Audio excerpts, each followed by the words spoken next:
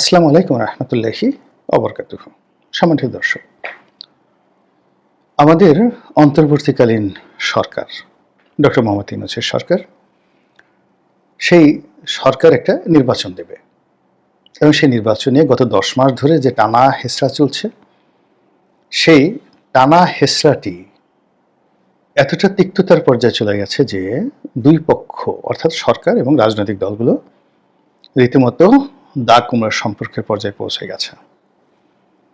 এবং এই গত 10 মাসে সরকারের যে বিশ্বাসযোগ্যতা ছিল, গ্রহণযোগ্যতা ছিল, সেটা কেবলমাত্র তলানিতে নয়, এটা একেবারে রিভার্স হয়ে গেছে।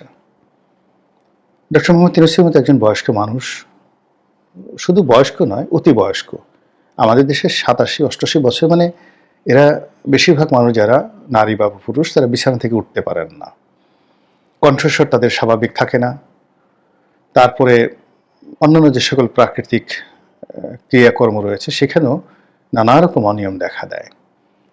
তো যার জন্য বাংলাদেশের প্রকৃতি এবং পরিবেশে এরকম বয়স হয়ে গেলে তাদের কাছ থেকে মানুষের এক্সপেকটেশন তেমন একটা থাকে না। কিন্তু অবাক করার ব্যাপার হলো যে আমাদের দেশে এরকম 80 বছর 90 বছর বয়সে আমি অনেক লোককে দেখেছি যারা সম্মান এবং মর্যাদার এমন একটা পর্যায়ে পৌঁছে গিয়েছিলেন যে তাদের যত বয়স বাড়ছিল তত তাদের সম্মান এবং মর্যাদা জনগণের নিকট বেড়ে গেছিল। কয়েকজন লোকের নাম বলি, যেমন ধরেন জিয়াউর রহমান সাহেবের সঙ্গে প্রেসিডেন্ট পদে দাঁড়িয়েছিলেন জনাব হাফিজি হুজুর। তো হাফিজি হুজুর শেষ বয়সে তাকে বলতে গেলে হুইল চেয়ারে করে নেওয়া হতো, কিন্তু তার চেহারার মধ্যে যে উজ্জ্বলতা ছিল, তার কণ্ঠে যে লালিত্য ছিল, গাম্ভীর্য ছিল, এবং তাকে কেন্দ্র করে সারা মানুষের, দেশের বাংলার মানুষের যে ভক্তি, শ্রদ্ধা এবং আবেগ ছিল, ওটা এই ইহজন্মে খুব কম মানুষের ভাগ্যেই ঘটে। আরেকজন মানুষের নাম বলি, তিনি ছিলেন সওগাত সম্পাদক নাসির উদ্দিন সাহেব। তো তার 99তম বয়স, মানে জন্মদিবসে আমি সম্ভবত উপস্থিত ছিলাম। তো তাকে নিয়ে আসা হলো। অসাধারণ তার চেহারা, একটু ভাঙেনি, মানে বুড়ো হয়েছে কিন্তু দেখলে মনে হয় একটা চুমো দেই, একটু পাদরে সালাম করি, একটু জড়িয়ে ধরি। উনি বক্তব্য দিচ্ছিলেন জাতীয় জাদুঘরের মঞ্চে বসে। তো সেখানে 1918 সনে 19 সনে তার পত্রিকায় কোন লেখা ছাপা হয়েছে সওগাতে, নজরুল কোন কবিতাটি নিয়ে এসেছিলেন, সেই কবিতাটি তিনি মুখস্থ বলে দিচ্ছিলেন টু দি পয়েন্টে। এরকম অসাধারণ বাগ্মিতা, এরকম অসাধারণ স্মৃতি, এবং জীবনের এই প্রান্তে এসে এরকম শ্রদ্ধা জানানো মানুষ আমি দেখিনি। একইভাবে বেগম সুফিয়া কামাল, মানে কবি সুফিয়া কামাল, তার শেষ বয়স দেখেছি, জাহানারা ইমামের শেষ বয়স দেখেছি, বহু মানুষ। আরেকজন সাংবাদিক ছিলেন অধ্যাপক আব্দুল গফুর, তো ওনাদেরকে আমি দেখেছি। একজন দার্শনিক ছিলেন দেওয়ান মোহাম্মদ আজরফ, বিখ্যাত দার্শনিক। তো বার্ধক্য তাদেরকে মহিমান্বিত করেছিল, বার্ধক্য তাদেরকে বিশ্বাসযোগ্য করেছিল, তারা যা বলতেন ওটাই মানুষ বিশ্বাস করত। তো সেই দিক থেকে ডক্টর মোহাম্মদ ইউনূসের জীবনের এই যে ক্ষণটি, লগনটি, এটি তার সারা জীবনের অর্জনকে ঠিক সেই নাসিরুদ্দিন সাহেবের মতো সওগাত সম্পাদক, কিংবা যাকে বলা হয় হাফিজি হুজুর সাহেবের মতো, অ্যাটলিস্ট আল্লামা আহমেদ শফির মতো মহিমান্বিত করতে পারত। কিন্তু এই বয়সে তাকে নিয়ে যে সকল কথাবার্তা হচ্ছে, লোকজন বলছেন তিনি অসত্য বলেন, তারপর তিনি এতটি কথার মধ্যে এতটি তার অসত্য, এই সমস্ত কথা শুনতেও ঘৃণা লাগে, লজ্জা লাগে। মানুষ কেন এরকম হবে? এবং এটা নিয়ে আমি এক হুজুরের একটা বয়ান শুনেছিলাম, বিখ্যাত একজন হুজুর, তিনি তার ওয়াজে বলেছিলেন তিনি এরকম বয়স্ক মানুষ ছিলেন এবং শেষ বয়সে সম্মান এবং মর্যাদার অনেক উচ্চ মাকামে আল্লাহ তাকে নিয়ে নিয়েছিলেন। তো তার নাম ছিলেন, তিনি ছিলেন মাওলানা ডক্টর আব্দুল জলিল।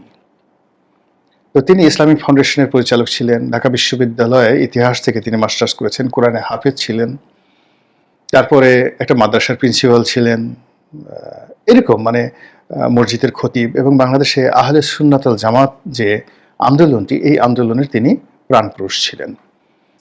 এত পণ্ডিত ব্যক্তি, এত জানা ব্যক্তি আমি দেখিনি আমার জীবনে, এখন পর্যন্ত আমি দেখিনি। এবং তার সঙ্গে সঙ্গে তার বেলায়েত ছিল, তার মারিফত ছিল। সেই মারিফত জিনিসটা তারা কাছাকাছি গেছেন। আমাদের এই সমাজে এখন আমি ওরকম মারিফতওয়ালা লোক একজনকে দেখছি না ইসলামী অঙ্গনে, যেটা মাওলানা আব্দুল জলিল সাহেবের ছিল, যেটা হাফিজ হুজুর সাহেবের ছিল, সেটা মাওলানা শামসুল হুদা পাঁচবাগী সাহেবের ছিল, জাতীয় মসজিদের খতিব ওবায়দুল্লাহ সাহেবের ছিল। মানে মানে ওনাদের ইলমে শরীয়ত এবং ইলমে মারফত এই দুটো একসঙ্গে ছিল।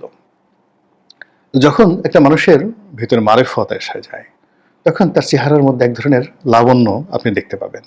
তার সামনে যাওয়ার সঙ্গে সঙ্গে আপনার মাথা নত হয়ে যাবে, তার কথা শোনার সঙ্গে সঙ্গে আপনি মন্ত্রমুগ্ধ হয়ে তার কথা শুনবেন, এরকম একটা অবস্থা। তো ওই মাওলানা আব্দুল জলিল সাহেব, তার মুখে শোনা, সেটা কি হাদিসের বয়ান না কোরআনের কোনো আয়াতের তাফসীর আমার ঠিক মনে নেই, বক্তব্যটা হলো যে আল্লাহ রাব্বুল আলামিন বলেন যে তার কোনো বান্দা যদি বৃদ্ধ হয়ে যায়, যার চুল এবং দাড়ি পেকে যায়, তো এই মানুষকে, এই ধরনের বৃদ্ধ বান্দাকে তার শাস্তি দিতে ভীষণ রকম লজ্জা হয়।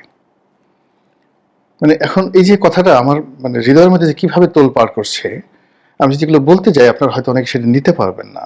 আমি সেদিন অনেক কেঁদেছিলাম এই ওয়াজটা, যেদিন আমি শাহজাহানপুর রেলওয়ে মসজিদে শুনেছিলাম যে হুজুর বলেছিলেন যে যেখানে আল্লাহ রাব্বুল আলামিন একজন বয়স্ক মানুষকে শাস্তি দিতে গিয়ে, তার চাকর, তার বান্দা, তাকে শাস্তি দিতে গিয়ে আল্লাহ লজ্জা পান, সংকোচ বোধ করেন। তো সেখানে জীবন মৃত্যুর সন্ধিক্ষণে দাঁড়িয়ে আল্লাহকে লজ্জায় ফেলতে যে বান্দার কোনো বিবেক কাজ করে না, বোধ কাজ করে না, তার প্রতি সারা দুনিয়ার সৃষ্টিকুলে লানত পড়তে থাকে। এটা আমি বললাম। যে মানুষ পাকা চুল, পাকা দাড়ি নিয়ে চুরি করে, বদমাইশি করে, তারপরে সে মানুষের হক নষ্ট করে এবং জীবনের শেষ দিন পর্যন্ত তিনি বা তারা সেই ফেরাউনের মতো, হামানের মতো, কারুনের মতো আচরণ করে, তাদের ব্যাপারে আল্লাহর ফয়সালা যে কি হয় এই জমিনে ঢের ঢের উদাহরণ রয়েছে। তো সেই দিক থেকে আপনি চিন্তা করেন যে ডক্টর মোহাম্মদ ইউনূস, আল্লাহ রাব্বুল আলামিন তার এই জীবনের শেষ প্রান্তে এসে তাকে যে নিয়ামত দিয়েছিলেন রাষ্ট্র ক্ষমতা, এর চেয়ে বড় নিয়ামত হয় না। এই রাষ্ট্র ক্ষমতার এটি তিনি উত্তম শাসক, উত্তম বিচারক, যেটা স্বয়ং আল্লাহ রাব্বুল আলামিনের জাত এবং সিফাতের সঙ্গে সংযুক্ত। এবং একজন উত্তম শাসক এবং উত্তম বিচারকের প্রথম পুরস্কার হলো কিয়ামতের ময়দানে আল্লাহ রাব্বুল আলামিনের যে আরশ সিংহাসন, সেই সিংহাসনের ছায়ার নিচে তারা বসবাস করবে, ডাইরেক্ট জান্নাতি, আর কিছু দরকার নাই। তো ফলে এই যে সময়টি তিনি যদি ব্যবহার করতে পারতেন, তাহলে তার সারা জীবনের যত কর্ম, এই সব কর্ম এটা বিপরীত হয়ে যেত, মন্দ কর্মগুলো সব ভালো হয়ে যেত। কিন্তু আফসোস যে আজকের এই পর্যায়ে এসে তাকে নিয়ে আমরা যে আলোচনা করছি, যে কথা বলছি, সেই কথাগুলো কোনো অবশ্যই ভালো কথা নয়। প্রসঙ্গে আসি, প্রসঙ্গ খুব ছোট।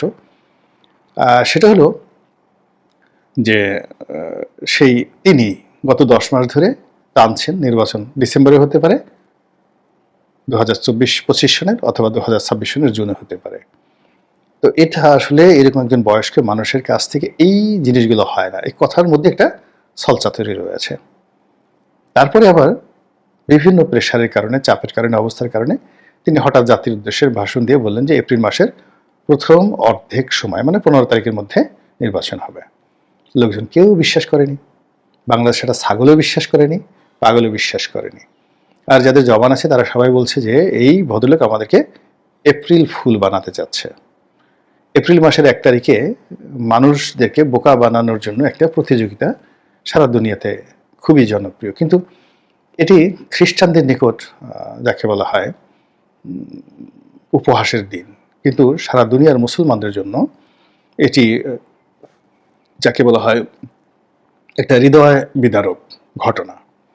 তো এপ্রিল ফুলটা ছিল এরকম যে স্পেন মুসলমানরা প্রায় 700 বছর পুরো স্পেন শাসন করেছে। স্পেনের সঙ্গে সঙ্গে ইটালি এবং ফ্রান্সের একটা অংশ মুসলমানদের শাসনে ছিল।